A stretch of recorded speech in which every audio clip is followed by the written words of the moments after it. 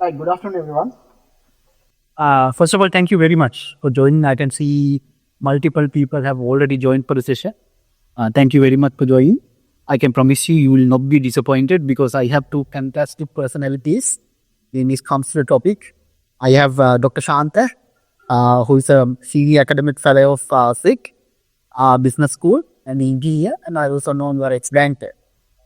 And I have Sam Thrimavithana, founder and CEO of Sponge Global. And obviously, for no further introduction needed, everyone knows when it comes to HR facilitation and the digital transformation, Sam is one of the leading experts in the country.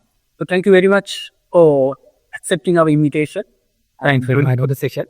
So let me start the session. Now, as everyone knows, session's topic is adapting to a business needs with agile talent strategies. Right. So I'll let me start like this. I'm an investor and a business. So part of my work is I'm part of a setup of a venture capital firm where we go and invest on startups. Right. One of the biggest issues that I also need some advices on. One of the biggest issues we are having is we are not going to start IT firm, but the business is IT driven. It can be a ride sharing app, can be e-commerce side. So when we try to invest on that startup, we don't want a whole sector of people who build the product to continue. That's a corporate, right? We also trying to say, so we need the product, build it, maybe a fraction of a people to maintain it. We know the bottom line is the better. A fraction of the people to maintain it. Then the business to operate. We are not running IT company. This is a separate business, a consumer services thing. So we have few businesses like that. This is one of the challenges I personally had is, okay, how do you find the people, right? You might need people say, okay, you need a test automation. People say you need a AI engineers. People say you need a separate software. So the conversation with the founders that I am having is, okay, I can't afford to have everyone full time or 12 months contract. No, it's the project. MVP's timeline is 6 months. I invest on the 6 months, right? Then find a way to operate the product, right? Not to maintain stuff. I think this is a question when I'm in the circle of friends who doing the same to business leaders in Sri Lanka. Most of the companies, even banks, DC companies, who having the same problem, right? I have two most industry experts on it. How does the business people solve this? What's your take? What is your advice for us? Can I start? Yes, let's start with Dr. Shanta. First, thank you, Tharinder and Sinkat, for inviting myself and Sam. If I attempt to answer your question from the supply side, I do a lot of teaching, as you introduced me. Whenever I do a new subject, I used to ask this from the students, how many of you would like to become entrepreneurs? As you know, it would be a very less number, 1%, 2%. Maximum it would be 5%. Nowadays, we ask another question, how many of you would like to join the gig economy? Gig economy, the word can be little new to the audience as well. It is where you see a lot of freelancers. Okay, anyone who has not seen freelancers.com, that's a massive site. They claim that they are catering to millions of users. So in a typical class, you get nowadays, you won't believe, about 20-30% freelancers. I love that. The reason, unless you become very competent, unless you are very confident about your capability of doing something, you will never try to become a freelancer. So from the university perspective, we love that. Okay, we know that students learn and they immediately come to a situation where they can discharge the responsibility and meet the needs of clients. So Agile, it comes there now when many people want to become freelancers, entrepreneurs. From where are you going to recruit people? The job market is shrinking when it comes to pure employees, and we both know very well how difficult it is to attract talent. More than that, to retain talent, and they can become. Especially we need to retain them. Exactly, yeah. And because technologies are changing very fast, and in most sectors, it's changing very fast. So upskilling them and pushing them or motivating them to keep on learning is a daunting task. And when you reach a particular age, it's extremely difficult and it's very costly. And let me bring certain things from textbooks as well. There's something called Peter Principle. That means we tend to push somebody, elevate somebody, promote somebody to level of that person's incompetence. That means thereafter he cannot discharge the responsibility. Let's say a very good technician of a, let's say, automobile company may be promoted as an engineer who does not have the talent to run the show at that level. So that becomes a major problem. So coming back to the topic, Agile Talent Strategy, it's not something nice to have. It is going to be mandatory. It is going to be mandatory to ensure your survival and growth, because you cannot have talent that is going to be obsolete. You cannot keep on training them, upskilling them. So in that context, Agile Talent Strategy is something very mandatory. I guess that answers it. Thank you, Doctor. Coming back to Sam, you are also the chairman for ITTK Council. Yeah. Right? So that's another fresh viewpoint that you might have. So let me echo the question, see. As a business, we are mainly focused on bottom line, right? So, but we want to get the things done, and that's a product for us, right? We are not a company of development IT. What is your take on? Is your advice for a business? My take on it is, you have to be two things, right? One is business has different maturity levels. So I have worked in startups. I have worked at very high, sale organization with thousands of people, multiple thousands, as well as very different domains as well. So it depends on the type of work you do and which maturity level that you are in your organization as well. That's the first thing that you need to do. That. Second part, which I take is, okay, what's this, the agility mean for you, right? Very simply means, it's like you should be able to scale up and scale down. Yeah. Simple as that, right? So we had seen startups, we are starting with a smaller, as I said, with a founder and one person, but suddenly you will see that couple of product, going well, and you need to quickly scale up. Now the problem is, should we invest that amount of money and should we kind of get the fixed cost kind of a thing? Because you never know, in another round, another 2 quarters time or something, you like to say that, right? Then you have the large company, you cannot run a situation where, to be that level, actually, you need to have some level of like fixed resourcing that needs to be there, because they are already mature organizations and they have longer term projects and things like that. So number one, you need to look at your business and which stage you are, and then decide on the talent strategy. So for the agility, the analogy I always say is that's like that was AWS, right? So when I was doing the cloud certification, the great thing, that really struck my mind is like, you don't need to own any more software or servers and things like that. Today you're a small organization, so you can just spare little amount, and then later if you want to sell, you can sell with the way that you sell always. Same applies to the current tester. So that's my take on that, right? That's one. Then how are you going to do that? Is the next question. So you have multiple models. For an example, here is old school model of, yes, you need to do the traditional hiring and build your own team, the things like that. But it's little out there, I'd say. But the problem is, some of the company, they still carry the same baggage of that, that rule where you need to kind of run the same talent strategy, right? So you need to change. Second model that I would see is also you have to look at a global perspective as well. For an example, a country like Sri Lanka, especially working for large companies, I have seen some skill sets are not available in Sri Lanka. So obviously you need to basically hire them from anywhere in the world, right? And that's another one.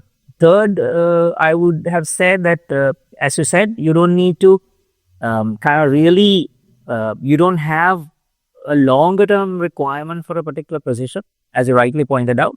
you need, in point in time, you need some requirements. So is there any possibility that quickly I can go access that talent and then release it? It's more than an acquisition, it's more like an access to resources, right? So that's one area which I think you need to be looking at. And also you need to understand, for an example, again, I'm picking on, Shanta's point of is upskilling, cross-skilling, reskilling kind of thing, right? So are you really into, do you really want to go through that whole acquisition to onboarding to reskilling, upskilling, and future proofing? That's not your core business. So then, of course, you can actually find talents very easily from places who are like specialized for that. I mean, that's where you can go into contracting, staff augmentation, and various other services. So all in all, in summary, what you need to do is, at the end of the day, you have a set of problems, you need to solve it.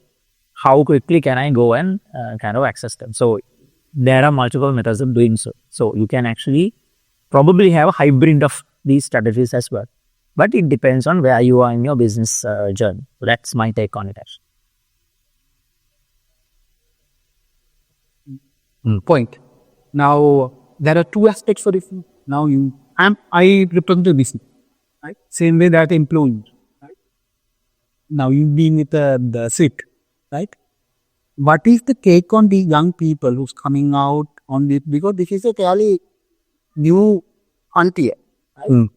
People need to understand that I might not work on a long term on a company. I find it like a service provider. Whoever wants the service, whoever demands my service at that point of time, I should be able to provide that service. What if, how is the younger students and maybe young engineers, what is the take on this? Are they have that realization? No, still it becomes something new. Well, from an organizational perspective, we need to understand this ground reality. In time to come, the majority would prefer to provide their services on hourly basis or on assignment basis. Basically, it's going to be a fully operational gig economy, whether you like it or not. So the question is, from organization's viewpoint, are we ready to do that? Do we have the mindset? If you ask any HR manager who is listening to this conversation, are you ready to switch to this mode? The answer is no. Okay, they really want to go ahead with the traditional way of recruiting people, either on contract or long-term basis. We recruit people on long-term basis, whereas nobody wants to stay more than 1 year or 2 years. So it's a major problem. We keep on recruiting people, train them. Sometimes when we look back, we tend to think whether are we a training institution, because they have left. So I'm sure this is a common problem faced by any HR manager. They keep on training people, and the biggest problem is, no sooner you recruit somebody, that person is not in a position to discharge the responsibility. So you have to have some buffer time or rather provision to train that person, understand the business. His real productivity would come after a couple of months' time. So we are losing from that end as well. But if you go for resource augmentation, it's like plug and play. You recruit today and he will or she will be on the job from the next hour. Yeah. Before coming into chat, let me have a follow-up question because that was very interested. Now, Dr. Shanta, now from the employee's point of view, right? I think most of the people now have that understanding. They might not be working for a certain company for a 10, 15 years. That era has changed. It's not like our fathers, mothers. My father, 40 years in police, 40 years, my mother as a nurse. So those times have changed, right? Now, do the next, the people who's coming out for this new industry, these are the people who are businesses need to get their service. Do they have the understanding that they might need to be work as a kind of their own CEO of their own company? Right. It's a kind of a one person's company, how now? Yeah. Are they have that understanding now, and are they having that understanding that they would continuously need to improve and have an edge when compared to other people to provide that service? because people always would look for something special. If I have 10 people to get the same service, you would not get a better price from me. Someone offers me a same service, but for the past something cheaper, that's a different something. What is the employees or the young ones understanding on this? Well, this transition has been happening. And I'm not saying it's 100%. A sizable fraction of students in universities, higher educational institutions, they are getting ready to become entrepreneurs, in the sense service providers. They are willing to join this gig economy, and they know the importance of completing a job on time and the quality level expected. What could happen to them if they lag behind, and the necessity of having an edge over the other suppliers by acquiring the latest knowledge. So this mindset is there. Yeah. So we can be happy about that. Fantastic. Yeah, that's very, very good to hear, Sam. But I think what I want to add is, it's again that chicken and egg situation there. If, for example, there is a demand and a supply. So the demand is driven by the companies now. So obviously, Shanta mentions that do the companies have that mindset? For example, as you said, this Agile Talent Strategies is the way forward. All the companies have that mindset, or the institutions that hire people have that mindset. If that mindset is there, you will see this is getting promoted. Then what happens? The supply will also get used to, right? So at the moment, there are two sides. That's why I said, when Shanta said I had a different view about this HR, so I have had, different companies, HR positions as well.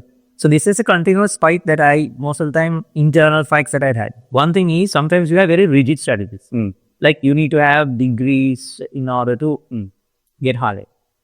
These days, no. People are looking for sales, right? There are industry certifications, other things. So if the traditional, educational, I'm not trying to restore it. It is one method of you get upskilled and, you getting competent.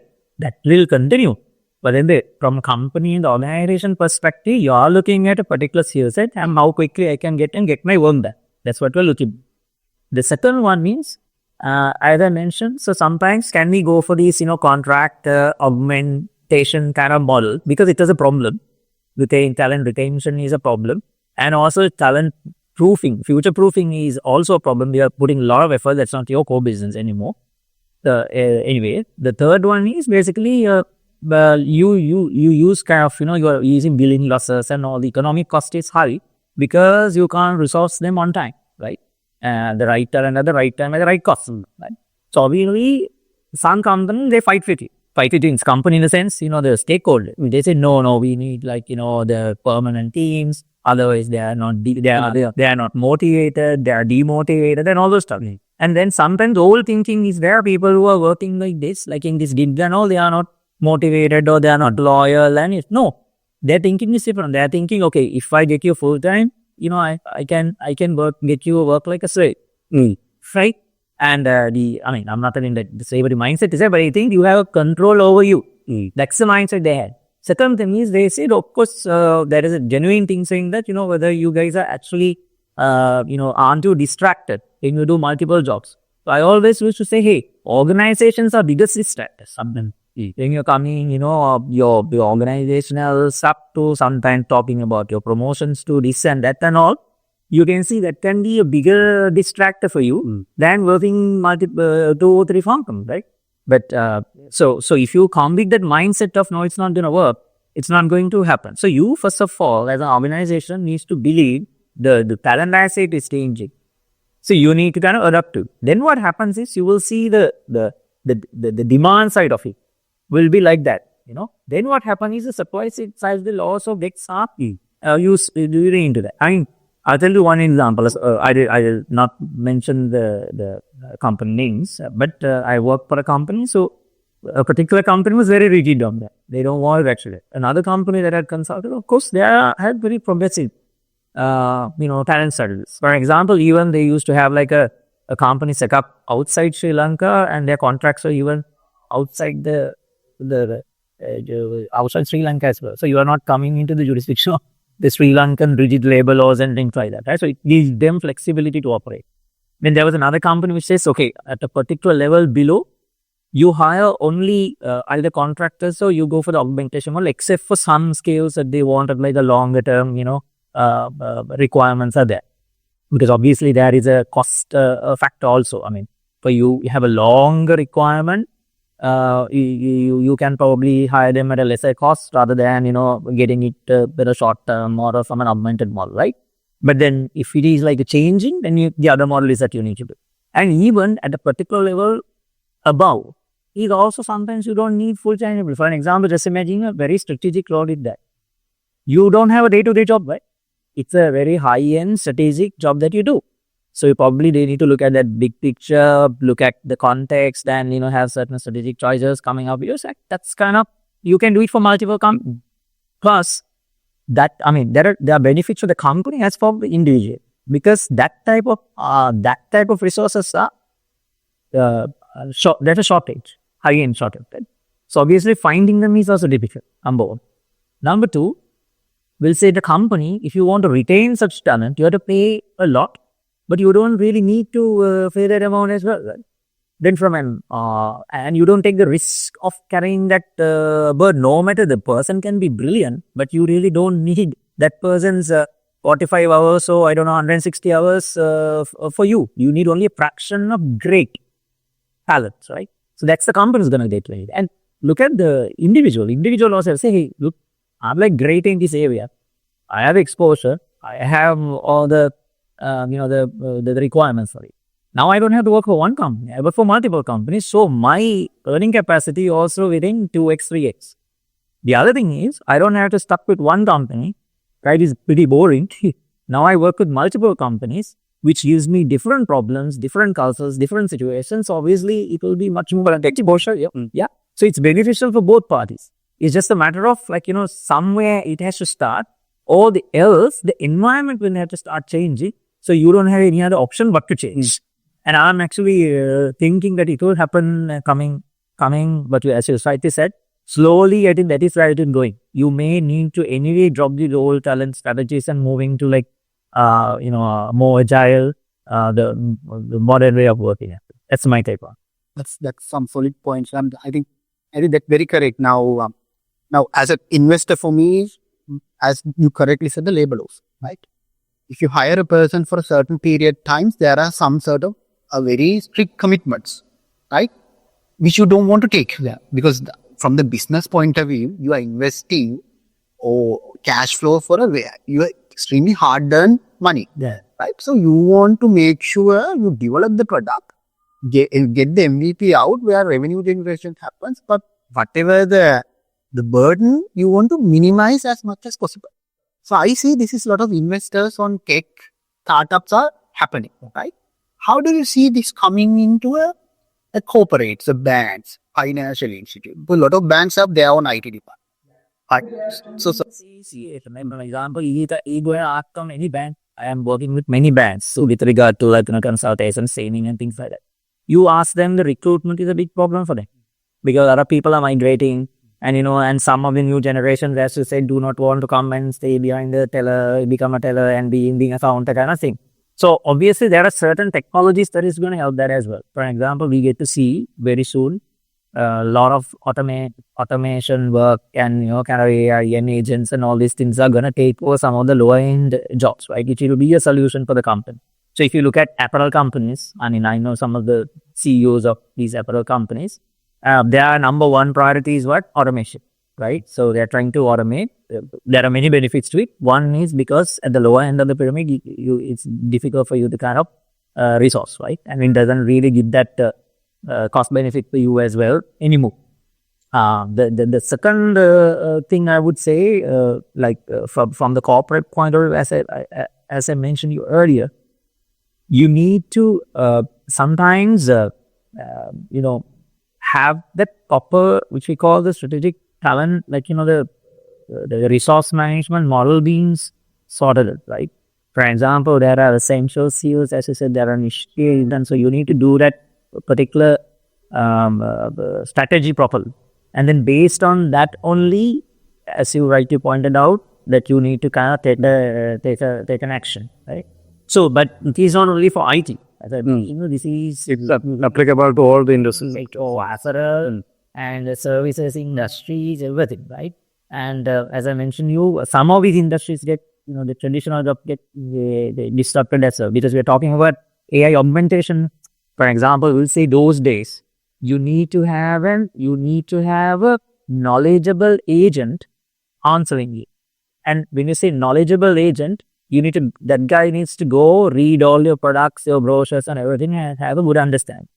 So ideally speaking, a person who has been working for 5 years must be knowing in and out about your products and handles many customers and all. But now what is the AI is going to do with this RAD, RAD technologies and all, what you call retrieval augmented system, which we call so you just can dump your PDFs and all the other manuals, everything like that, and you have your large language models and all those stuff, right? It's a matter of you can get an employee, quickly train them, and it's a matter of that, you can ask these questions and you can put out the right answers and things like that. Later on, it will even, these people will also get replaced by the AI agents and things like that. So that transformation is separately going. That's how corporates are trying to solve this problem, right? And but then from a talent side also, I think the employees or the people who are looking for jobs will also have to start taking into consideration this is what is happening in the industry as well. Because the thing is, otherwise they will be, that is what you mentioned about the kill count and all. I mean, all what you need to understand is what type of skills that will be required for future. And even getting hired for an organization, Tarun, you must be right, it's changed. Now see, Shanta, you might call previous, you have a lot of students. That's my follow-up question for both of you. The traditional hiring process versus what's coming. Yeah, so see, traditionally, I mean, we have seen the transformations. For example, you and I, this will tell my age by the way, is like we were looking at observers and the times and all been advertising and sending the normal. It has gone out. Now you get the email. Now then it went into like this Slack box. Now you have all something called application tracking system, right? You have something and then some platforms and the people start kind of applying this application tracking system. So the next level is what? Next level is application tracking systems also have thousands and thousands of applications. But they are going to get shortlisted by the AI. At least the low end. I'm telling you, still the middle and the higher, you may have some level of like, head hunting and those type of things still continue. But eventually, what we say, the majority of these jobs, the first couple, will be most like AI filtering that is going to take place. Now, I've been telling this again on the follow-up point on what I was mentioning. Most of the students still knows about what? Either go to a job platform and apply. Or otherwise, you send it to a lecturer or someone, hey, do you have a opportunity? This is my CE, and through LinkedIn and all, you will see about at least 10-15 people requesting. So I used to say, look here, that's not how the companies are hiring. You need to go and basically start entering this into the application tracking system or something. Second, your CV or something will have to be properly, the keywords and all those things are being in a proper way. So at least the algorithm will be able to pick those. So I'm not going to say algorithm is picking the best CV. It is not happening. You already know that, but there is no other option. I'll tell you one example. 5 interns we were looking for, 4 interns we wanted to get in for a particular company. The moment you open the job post, there are 800 applications on the system, right? And how are you going to open 1,500 applications and select the 5 or interface? You need to have another team to do that. So reason That's another cost. yeah, the AI and the other stuff. I mean, there are other methods, right? We'll give you the first 100. That 100, of course, we will call them for some sort of a hackathon or something like that. But still, sometimes people don't go up to that extent because it's all drive cost for us. Might as well get 5 people from maybe Cat or some other company, right? Yeah, right. I would say I need only 5 guys. Why not? Or otherwise, you will have an ecosystem. That's why I said talent access. So in one company, large company that we work, we were having something called a campus reach program. There we exactly identify what are the requirements we want. Even we go and plant a module there, like the universities are okay. So then we don't have to like go through all these selection processes and all this stuff. We have one particular place where we can go and hunt. And then it's easy for us to go there and then pick 5 guys from that batch or something like that. So that's how the corporates are basically tackling this. I don't know that. Yeah. Fantastic. If I add a point, now why an agile talent strategy is going to be mandatory for business organizations we all are keen in promoting innovations in an organization. Okay. You have that experience there. Of course. But how many of us see the necessity of pushing people to come up with new ideas? It's not happening as we expect. The reason, when you recruit somebody as an employee, he has this reporting mindset. Something goes wrong, I am answerable. So my decisions have to be made very rationally or logically. So I use a lot of data. I need to do calculations. I need to do extrapolation. I need to do forecasting, scenario analysis, simulations, everything. The reason, I'm answerable. But I'm sure we all have seen entrepreneurs or top business leaders claiming that it's me who is bringing all these ideas. Why is that? He has the liberty, freedom to suggest anything. As long as it works, he would implement. But this mindset is not available with contracted or recruited employees. Now we have to break it. If we hire someone as a consultant or as a freelancer, You also wrote a book on this, right? yeah, and he has the mindset to suggest something he is willing to try out. So to promote innovations, we must necessarily go for this agile strategy. If not, when you put new people into the same bunch of old people, after 1 year, after 6 months down the line, they all will tend to think in the same way. So even if we come across innovations, they would be very minute, incremental innovations. But the guys who have no responsibility of reporting to someone, there's a possibility that they may come up with radical innovations, disruptive innovations, and so on. Another thing, if you are into service-oriented business, is this very crucial. The reason, service sectors innovations are happening very fast. It's very easy to imitate. So you don't have time to train your people to combat. And another point I would like to highlight here is why you should have a agile talent strategy. Those days we were comparing our employee performance with competitors who were the number one in the industry or number one globally.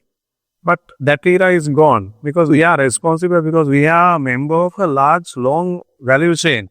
So when our suppliers, buyers enhance their standards, we also need to run according to their needs, because you need to run fast to stay in your business. To do that, you need to have an agile talent strategy, I guess, something like resource augmentation. Well, the one point I just tap into mind, it's you have to think like this Uber pick me model also. For example, now see one of the bit, because I was an insider, I know.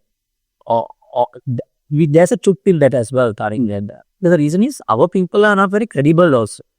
Sometimes, obviously, they don't show up, not commitment, and so the employers are thinking, of course, if you have a person, you have their background verification done, you have a personal file running, and this guy is basically only working for you and you're monitoring, this person would be kind of, so, but the truth is that if the people are not credible and if they are reliable, of course, the businesses are going to have a problem. That's a big question mark in this whole thing. But I was just thinking, now look at this Uber, this model. Whereas there is a particular method that, the best drivers come on top or something like that. The unreliable drivers, if they keep on, cancelling or whatever like that, after some time, those guys, go out of the business. So that model is working, whatever said and done. So similarly, if we have a model there, for an example, tomorrow, I'm an employee, prospective employee, and I want to get hired somewhere for some work, right? And just like, I'm sure it is there in this platform, right? Where people go and give you 5 stars or 2 stars. Have you seen this? Taxi drivers give you a great service and they say, sir, can you please rate me by? Because the reason is, people look, I'll get something. So the platform and this whole thing will have to start driving this. Then people will become more credible, people will become more reliable, people start upskilling themselves, they were looking for recommendations because they want to go up in that particular leaderboard or whatever, so they get hired and get more work. Then when we stars, number of stars they are going to get. Yeah, Taring.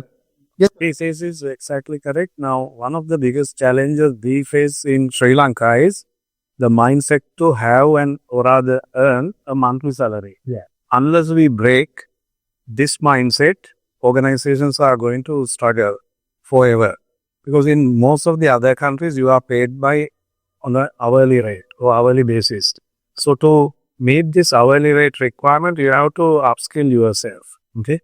Now, if you have this mindset to change these basic things or traditional things as HR people who are listening, then of course we can see better results. But it will come with, as I mentioned, pressure. Because, Pressure, yeah. you see the middle, some of this, I told you, so at a particular company, we were not hiring below and on top, but the middle management has to have like a fixed consistency, sustainable kind of a model. They are the ones who are on a daily basis getting to the calls, build relationship with the clients and all those stuff, right? But the issue is now for them, it's a problem, right? This agile strategy itself is a problem. For an example, the things that you said, now your mindset is what? You don't need to keep people for a long term. They can have a quick, they come, they do their work and move on. So they also don't like to be that type dynamic. They are also looking for some sort of a, what we call fixed thing to work, right? So the organization stakeholders will also give you a lot of pressure not to change, right? But then you need to say, hey, look here, one of your job is to basically do this, right? Run these type of hybrid models, and it comes with its own problems. You need to make sure that your the high turnaround is there. So you say one of your why you are being hired and given a permanent job is because you are supposed to run these type of challenges. Like you can't be looking for safety. By the way, are we trying to do something brand new with resource augmentation or agile strategies? That's not true. Okay. If I add the point, you think this is not brand new. This is not brand new. Okay. Time to time we come up with interesting new words and we try to wrap it and present it or represent it. But I'm not saying agile resource strategies are practiced by most of the organizations. The answer is most of them do not. Okay. But if you look at how management scientists have been talking about this particular aspect in 50s, in 1970s, okay. Audience, if you are interested, you might research on these topics. Transaction cost economics. That was a very old theory, still in use. Okay, where we argue how do we decide the size of an organization by looking at the resources we do have and the number of employees. Whether it is worth getting something done by an outsider. If it is not the case, then you will invite that person to your organization and continue to grow your organization. So that debate, whether to use somebody outside, whether to use your own employee, that argument was there and it is a theory. Just search in internet under transaction cost economic theory, you will see millions of entries. Another one, resource-based view theory. Search in Google, you would see millions of entries, resource-based view, where they argue to use the resource, you don't need to own it. Same is applicable to employees. And there's another interesting theory that the term dynamic capability theory, or let's say dynamic capabilities. We need capabilities in organizations. No point in having resources. You might boast that I have the latest machines. You might say I have a world-class ERP. But what if we don't have the required resources to use it? So we need to have capabilities to optimize the resource utilization, right? Now, you cannot have static capabilities. You have to have dynamic capabilities. What does it mean? You have to upgrade and align your capabilities with the changes in the environment. If not, it is of no use. Now, how can you do with a static group of employees who tend to think that whatever happens, we can continue our jobs and we'll be paid at the end of the month? No, that mentality will not work, and that strategy will not work. So we have to look for better strategies to survive and grow. And this is not something nice to have. I'm repeating, Agile Talent Strategy, although we come up with new terms showing that this has something new, it has been there in the world. Okay, look at any large organization, they prefer to focus on their core business and they try to outsource all the other things. Even Sri Lankan banks, I'm sure you would have come across, their salaries are prepared by other companies And large telco companies, the entire billing work is done by others, And call center. and leasing companies. From donkey's ages, the let's say seizing operation was outsourced. Why is that? So getting all the employees on full-time basis, I guess it will not work. I'll tell you, so unless it's a very, the only question comes, if it's like, for an example, it's like a conflict of interest. For an example, you say you are a key decision maker, your strategy, we'll say there are two insurance companies and two CEOs. Obviously, no, we'll say, then you can't share the same CEO among these two because the reason is there's a conflict of interest and obviously there's a competition. Certain roles you can't, but certain strategic roles you still can go into that model. As I said, most of the other, the jobs that you have in a company, you can, that's why I said that strategic, that plan, resource plan. Probably in IT industry, in which we have been working for almost 20, 30 years now, we'd have taken it wrong. Look at a hospital, how do they operate, all the specialists, how they recruited all these leading doctors, they go everywhere. Yeah. Okay. So this has been in airline industry for generations. Okay.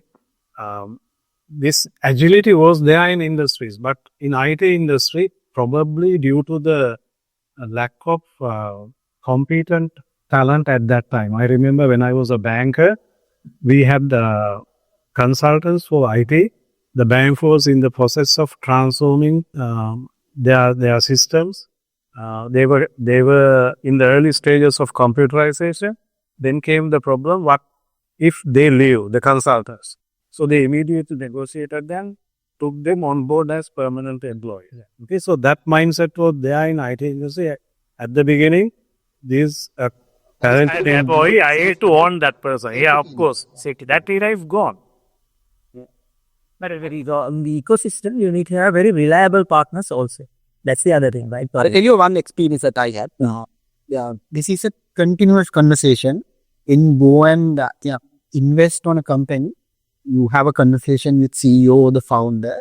He says he needs 6 months, this much of resources we need to fund. Right? He says he needs a project manager, 2 BAs, 4 developers, 2 QAs, then the trainer, something there is. So the first conversation that I'm going to have, who are the people we can remove out of that? So I gave them, normally when this conversation going through, I'm giving them 2 options. Either you can keep the project manager, rest of the staff team outsource, or you keep the project manager, entire development you need to do on a no-code solution. That is much safer for me, right? If I spend 20 million for 6 months, why do you have to make a baggage for keeping these people for 1 year, right? And from them, their point of view, I also told them is, you are getting a person with you for 1 year versus getting a person from somewhere else. You might have a different set of exposures. He have done these systems before. He have a multiple exposures. So get the specialist to do rather than getting a senior software engineer with 3 years experience. They have not done the system. It makes sense, right? It makes sense. You don't need all these roles within you. Yeah. And it is also shifting from now to more role, which is I have seen again, Sintan and inside we see it from a role base to it is now moving to more skill base. Those days you have very strict roles, right? For example, the cloud engineer, the AI engineer, whatever, right? Supply chain guy or that guy. But if you really look at it from the fundamental level, maybe you are now looking, your categorization comes most of a skill, right? And your job, whoever who's doing this, in order to make sure that these trending skills, so that is also you have to use analytics and you have to look at the demand side of it and to find out what are the trending skills, what are the trending technologies, tools and all the stuff. And quickly the resource pool will have to get updated on this. And then what you do is it start continuously, it's not based on a role. You don't have a fixed role. Based on the skill, you get deployed, right? And large companies, of course, they have large, and you work for some large companies where you have many centers and global talent pools and global delivery model kind of thing. They are operating that talent mobility that, I'm not telling it's a perfect model, but they are, in that process of, doing that, right? But then, of course, as you said, for certain other companies and organizations, it's a different maturity level. might not have the luxury of doing that. So then the other option would be for you to kind of go into a model like augmented model kind of thing, who are like specialized race who will be doing it. And then you just need to say, like, okay, these are the 3 or 4 skills that I require. We need the best match and run. And then they will just, deliver something, then but that you earn the margin or whatever, and then you deploy. Then whole this thing about maintaining a big bench, and even the bench is a big, yes, for example, right, but 20 to 30% of the capacity. Yes. To stop you there, friend of mine, CEO of the large software development company, have sent me a WhatsApp message, asked from 2 of you, what would happen to a bench? Yeah, so while for the first you need to analyze like the first thing they call it the first thing in principle or whatever, right? You need to ask the question about why do you need to have a bench? Yeah, what is the reason you need to have a bench? There are 2 things. One thing is basically you get business, and if you can't resource it, yeah. So because of that, you need to make sure that you have a bench. And most of the companies that I had seen, they have a bench, but they don't have something as a healthy bench. That doesn't mean from that bench you can actually run some of the engagement, because you don't have the right skill set, right? Second problem is, of course, you are basically finishing your project and things like that. Or your talent is very obsolete. What you do is you deallocate and put them into a bench now. Now this is just, and the people, and some people just make sure the bench is basically a way that you can quickly reallocate and put people. But ideally, bench is your growth engine, right? Yes. But most of the time it doesn't happen that way. And the other thing is, most of the time, some companies, what happens is they don't even though they have a bench, they cannot identify that they what do you mean by bench? Excess resources, right? Sometimes your productivity and all those things are hidden, right? Your time entries and all those things doesn't happen. There are no proper systems and a thing. There are a lot of inefficiencies. Ideally speaking, the organization runs at a 30% bench, that it doesn't show on listing. But an organization which really has that proper deallocations and maintaining bench, of course you will fund that. So then that is a bigger cost. So then one of the in these sessions you need to ask is, what does the purpose of maintaining a bench? And is there a way that I can reduce it or not? That's the million-dollar question. One of the things that we used to do it, and don't misunderstand that sometimes we were thinking, can't we move the bench to the campuses? Right? For example, for us, you have the lower end. If you take the bench also, you have the same pyramid. You have higher end and the lower end. So usually the higher end one, sleeping in the bench is very expensive. So obviously you will find most of the time the middle and the lower. Okay. So we were thinking, why can't we have like a dedicated bunch of people who are now giving dating or in campuses, like through, I don't know, incubators or whatever, you can set it up. So ideally speaking, your bench is sitting outside the campus. So it doesn't come as a cost for your organization. Another point is, Karin, that now business organizations, they have a social responsibility as well. Now, if I recruit my employees and if I continue to keep them, basically they are trained and they are asked to think along our own thinking. Okay, according to our vision, they are going to master our technologies. In a way, not allowing them to look around, acquire other skills is very unfair by them. Okay, so in that context, I prefer this agile talent strategy. Now, many of you listening to this conversation might tend to think how to become, from an employee perspective, how to become agile. Now, I'm hired by organization X. I'm identified as an expert in their technologies. Now, can I become agile? Can I become a multi-skilled person? Well, my advice is we need to start from the basics, Sam. Yeah. If I take software industry as an example, the guys who have learned things like design patterns, okay, that be like your Bible. Yeah. And there are some people who have started the story, even coding from the middle. They don't know the fundamentals. I'm sure they will be in trouble. But if you know the basics, it's very easy for you to switch to multiple technology. Okay, this is not something new. This is not something happening only in IT industry. This has been there in automobile industry, airline industry, many different industry sectors. I love that hospital example. Yeah, and coming to how to become agile, how to become, let's say, a person valued by multiple companies, as Sam suggested, there are ways like micro credentials. Okay, almost all the leading universities in the world, they offer short courses, 10 hours, 12 hours, 30 hours, and so on. And very interestingly, free of charge as well. And we have all these branded ones as well. So we cannot expect a business organization to keep on upskilling people by sending them for training. It is the responsibility of a particular employee to improve their skills. Pay attention to the dynamic capabilities we just mentioned. An organization will not require a person whose skill set is static. Yeah. You have to be dynamic. You have to consider the fast changing nature of the business environment. Think of a good example. A few weeks back, I wrote an article to a local newspaper. It was about deep sea disruption. Yeah. Damn, this sends us a very, very important signal. Those days, we had some time. Let's say your company has just introduced a brand new product. It will take some time for you to go to the maturity or growth stage, advantage. maturity stage, and then decline stage. Those days it was 10 years, 20 years. Nowadays it can be a couple of years or months. But what did we learn from DeepSeek? Now, all the other large language companies, like let's say generative AI companies, they were distracted because of the massive demand for their solution.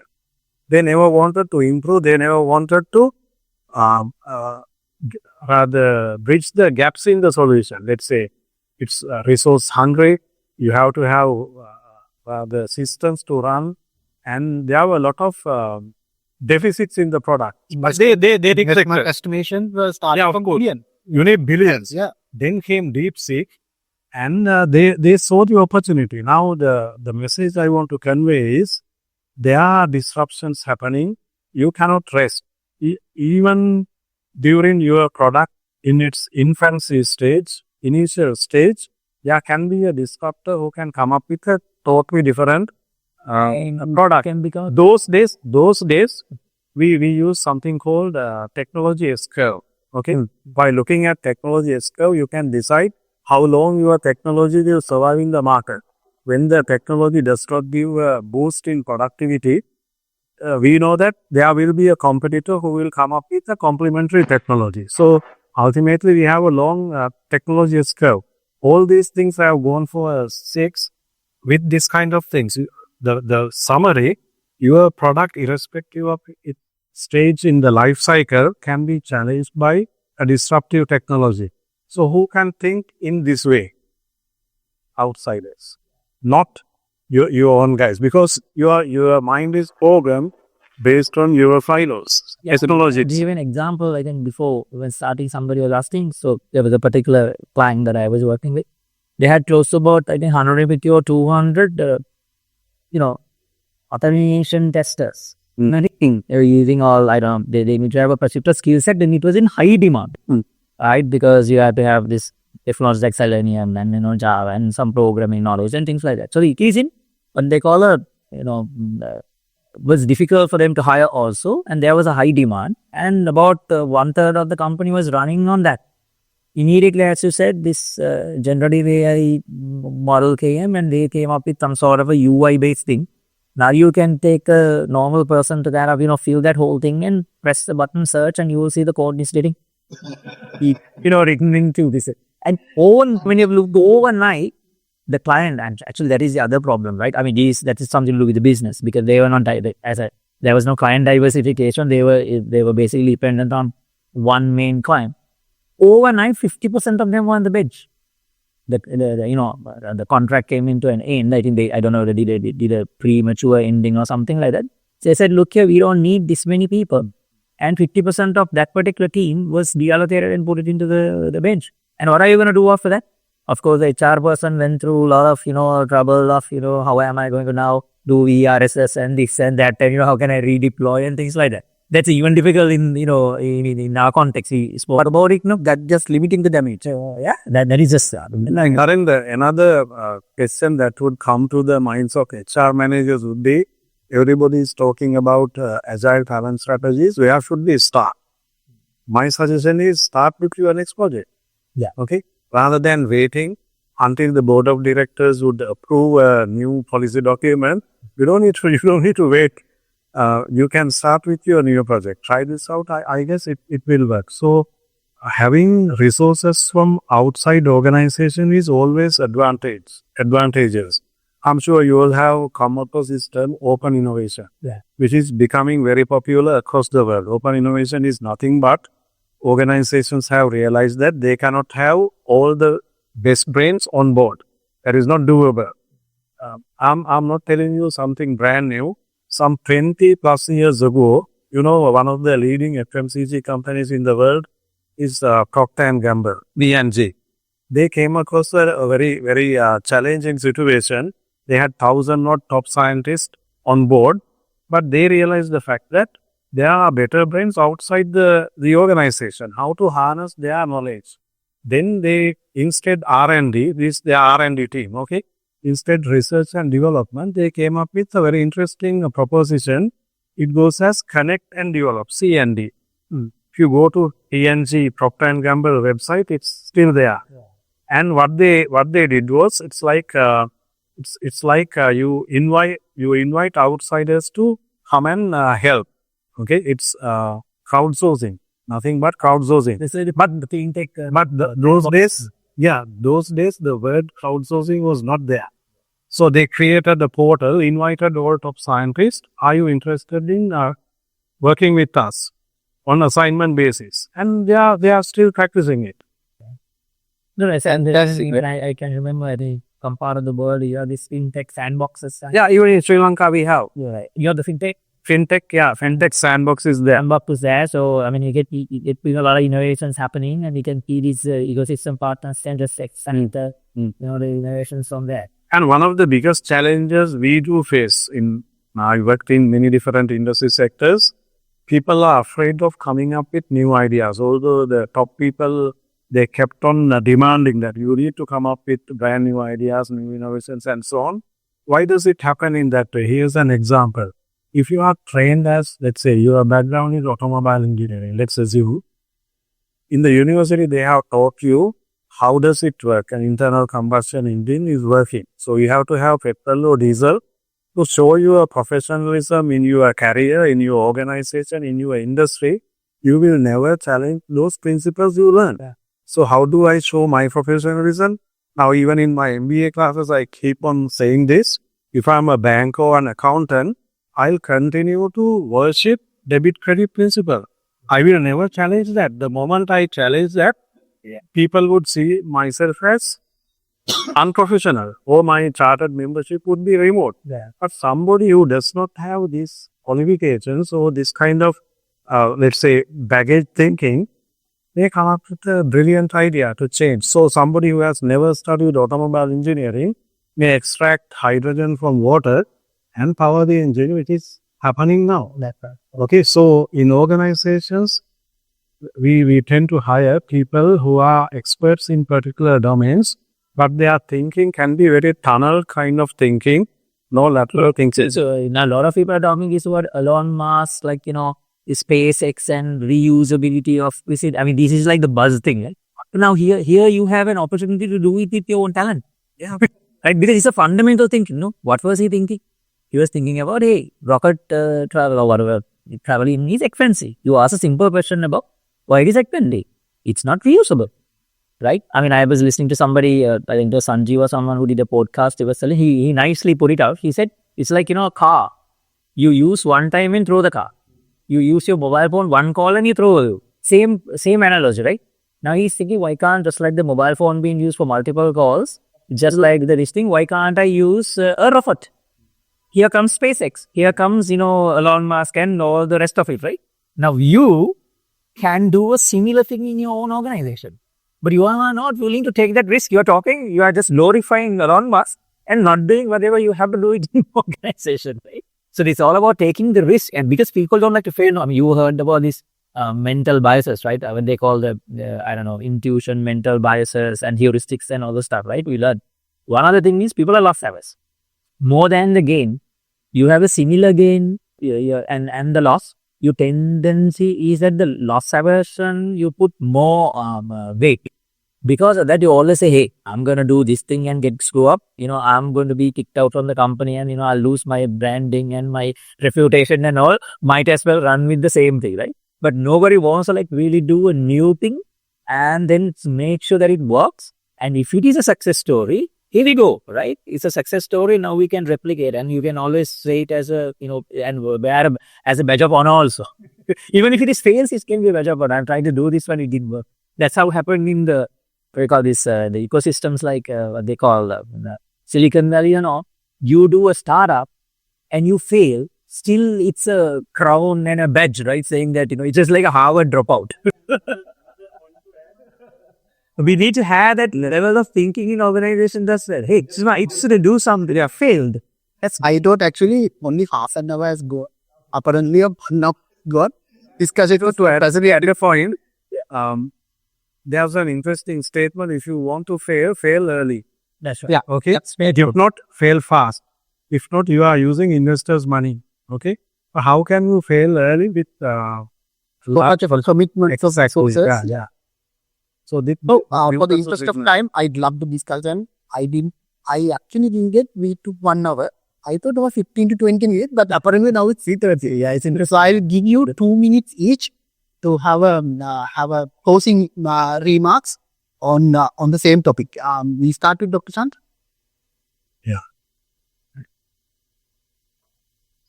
Yes. To summarize what we have been telling, is it? Well, For a business. for business, yeah. Whether we like it or not, the business environments are changing, and we have to run fast. How to run fast? We need to be able to respond quickly to the changes in the marketplace. And as I told you earlier, we are not only comparing ourselves with the competitors, we are always collaborating with outsiders. They are our buyers or clients who are in the same value chain. So we need to adapt to what they do as fast as possible. To do that, we should have the extraordinary skill of getting switched to new technologies, new talents, new skills as fast as possible. To do that, we need to think of new strategies with the same set of employees, not to underestimate the greatest asset of a new organization, employees, but can we continue to do with the same talent pool? No, we have to have agility, we have to have flexibility. I discussed the importance of having a mindset to challenge what's going on. To do that, you have to have this, let's say, employees tend to be very rational, very logical with their work. That is mandatory according to your job contract. But if we can allow them to relax, they will come up with innovations. This can never happen with a same set of employees whose mindset is there. I have to protect myself for the next 10 years, 20 years.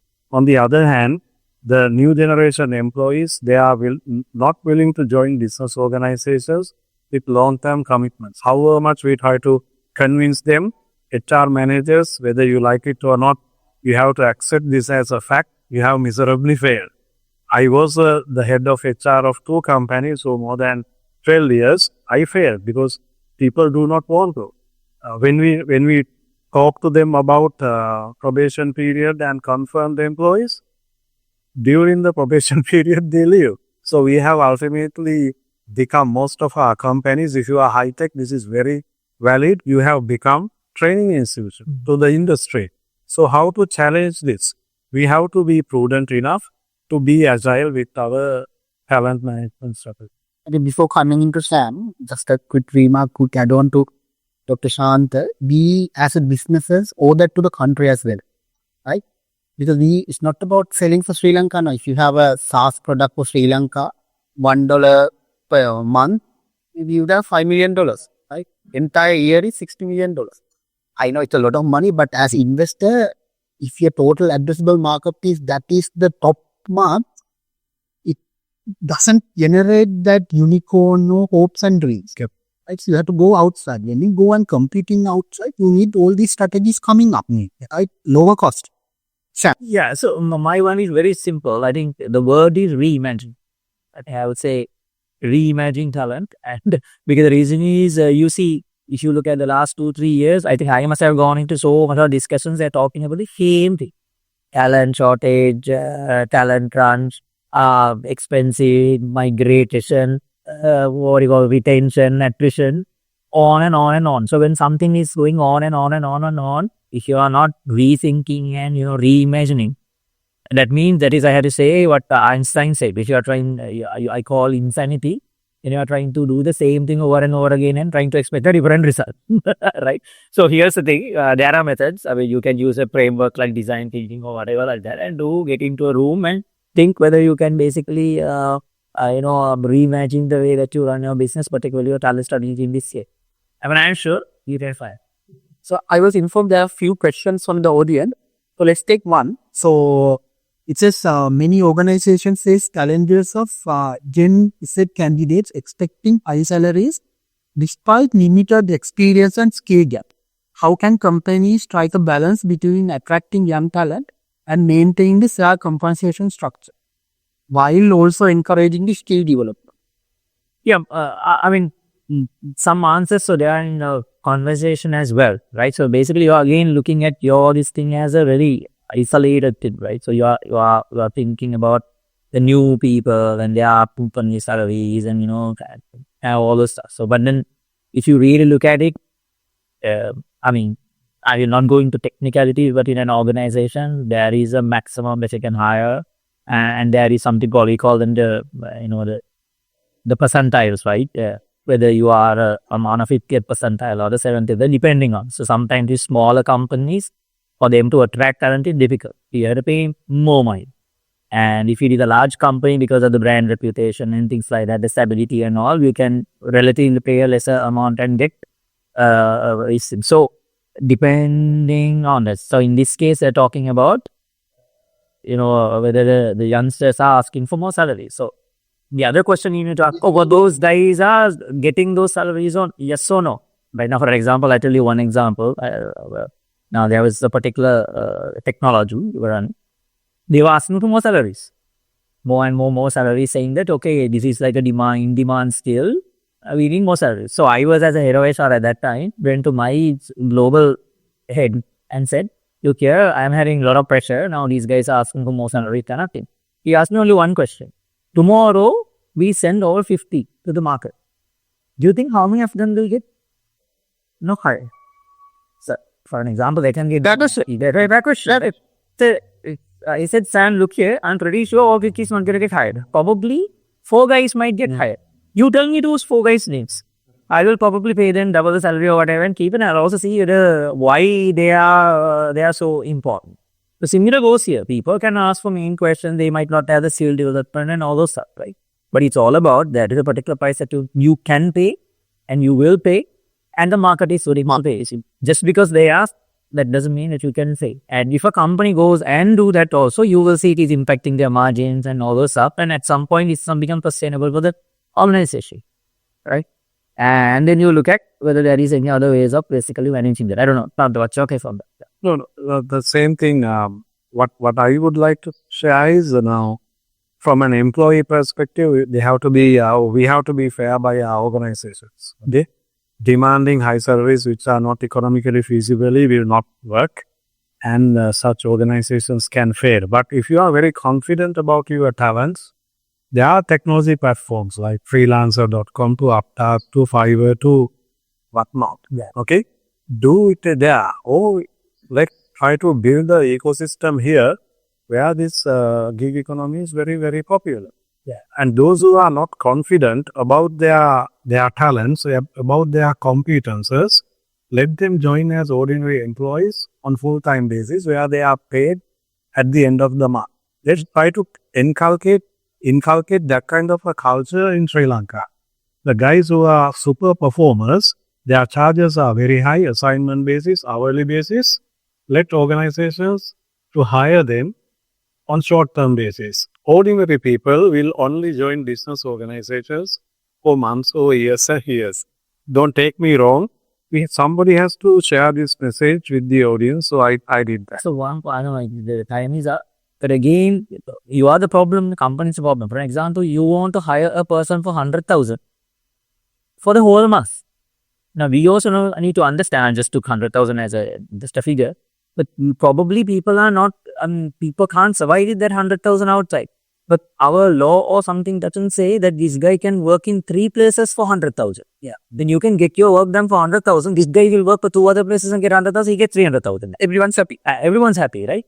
And that's why when the labor, those at some point about 1 year back or something, there was a consultation for all of us asking about changing the labor law of Sri Lanka. And we said, you need to allow by law that people can work in multiple employment. I don't know whether it is As long as they do ethically, and also obviously we are the money where not conflict of interest. There are certain guardrails. I'm not telling just to open it up like that way, but then of course your problem is there, right? So Gen Z now, in the way, I don't know. In this case, he says he's not a skilled person, but imagine he's a skilled person.